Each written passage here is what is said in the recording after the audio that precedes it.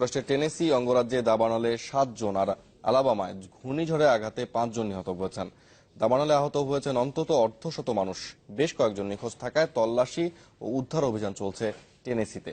দাবানল ছড়িয়ে পড়ায় টেনেসির প্রায় 14,000 মানুষকে নিরাপদ আশ্রয়ে সরিয়ে নেওয়া হয়েছে। ক্ষতিগ্রস্ত হয়েছে বেশ কিছু ভবন। ওই এলাকার স্কুলগুলো বন্ধ রাখা হয়েছে।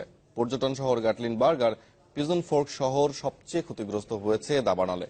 গ্যাটলিনবার্গে বেশ কিছু ভূমিধসের ঘটনা ঘটেছে আগুন নিভিয়ে ফেলার পর। এদিকে আলাবামায় ঘূর্ণিঝড়ের কবলে পড়ে আহত হয়েছেন বেশ কয়েকজন। ঝড়ের প্রভাবে প্রচন্ড বৃষ্টি হচ্ছে রাজ্যটিতে। বিদ্যুৎ বিচ্ছিন্ন হয়ে গেছে রাজ্যটির বেশ কিছু এলাকা।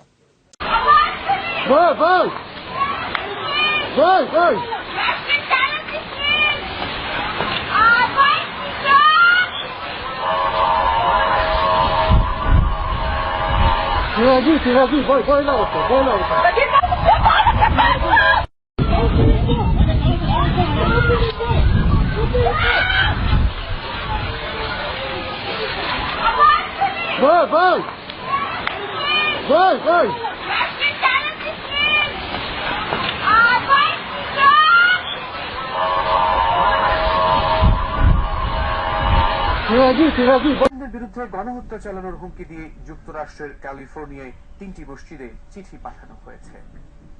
বেনামে পাঠানো ওই চিঠিতে বলা হয়েছে, ডোনাল্ড ট্রাম্প ক্ষমতা নেয়ার পরে যুক্তরাষ্ট্র থেকে মুসলমানদের তাড়িয়ে দেওয়া হবে, চালানো হবে গণহত্যা।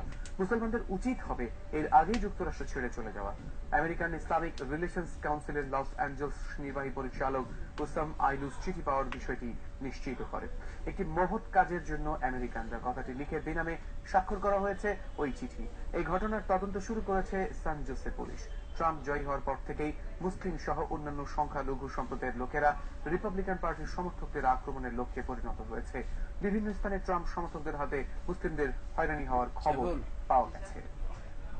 শোকে স্তব্ধ গোটা।